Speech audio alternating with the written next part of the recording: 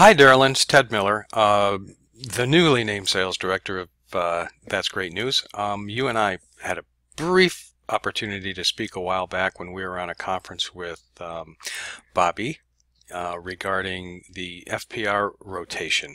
And I don't know if you heard, but we have a new way that we're going to be doing that. What we want to do is try to get the FPRs into the hands of those who are doing a little bit better job of closing FPRs. So we don't want to eliminate anybody from the rotation, but we want to add spots for those who are doing pretty well. And I just wanted to walk you through how we had in mind doing that. And then once you've had a chance to look at this a couple of times, we can get together by phone and or Skype and work out any details, because what we want to do is hopefully get this started next week, which would require me sending you some information, which I'll go over in a second, about how to do that distribution.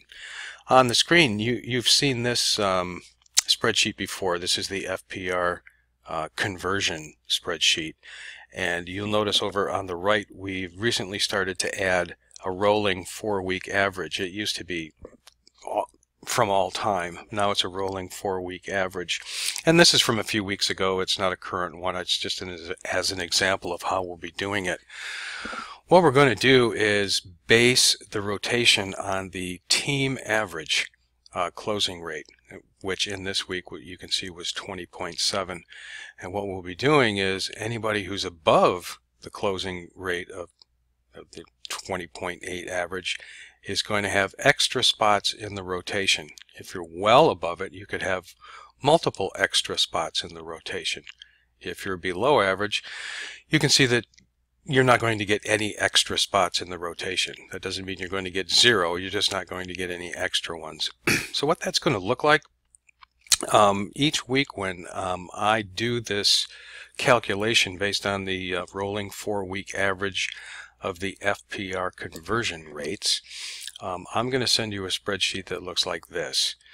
Based on my formula, I'm going to determine how many extra spots each sales rep gets in the rotation, and I'm going to lay it out like this. So you can see first down at the bottom of the spreadsheet, there's tabs for Monday, Tuesday, Wednesday, Thursday, Friday, and the totals.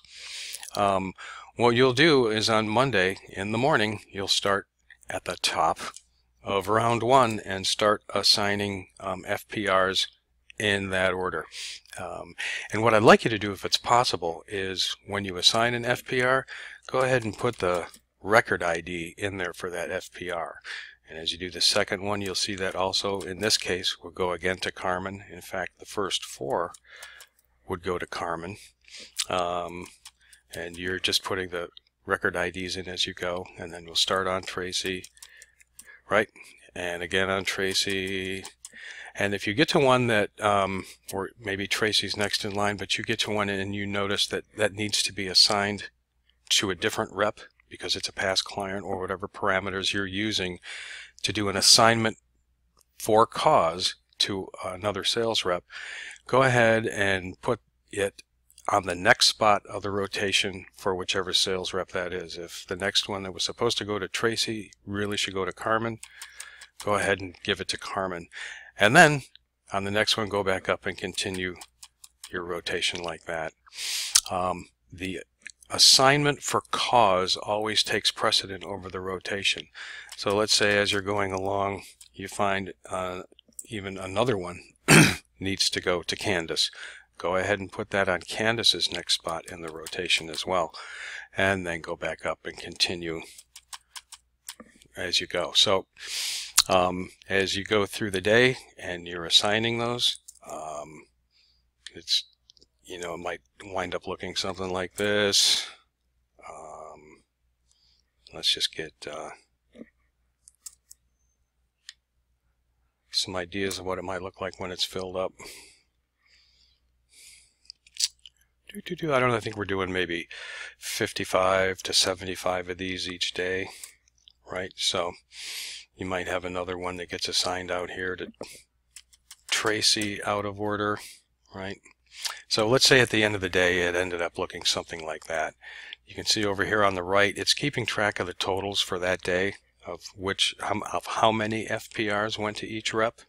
And then when you get to the end of Monday and you start on the Tuesday ones, let's go to the Tuesday tab and start right at the beginning again. So I remember before we were trying to get you to pick up on Tuesday where you left off on Monday. We're not going to do that anymore, since we're trying to give the higher performing reps more of the FPRs.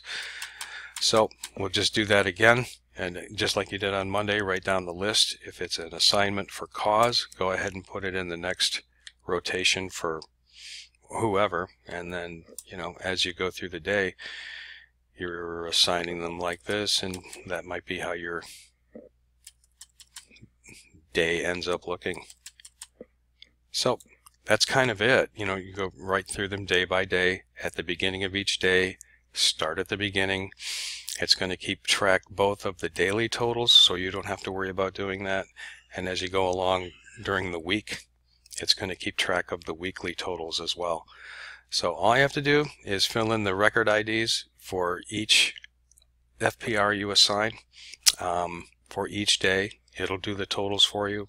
At the end of Friday, when you're done and you're closing it out, if you could, just take the spreadsheet and do a save as, and when you go to name the file, just whatever the name of the file is there, it's FPR weighted rotation.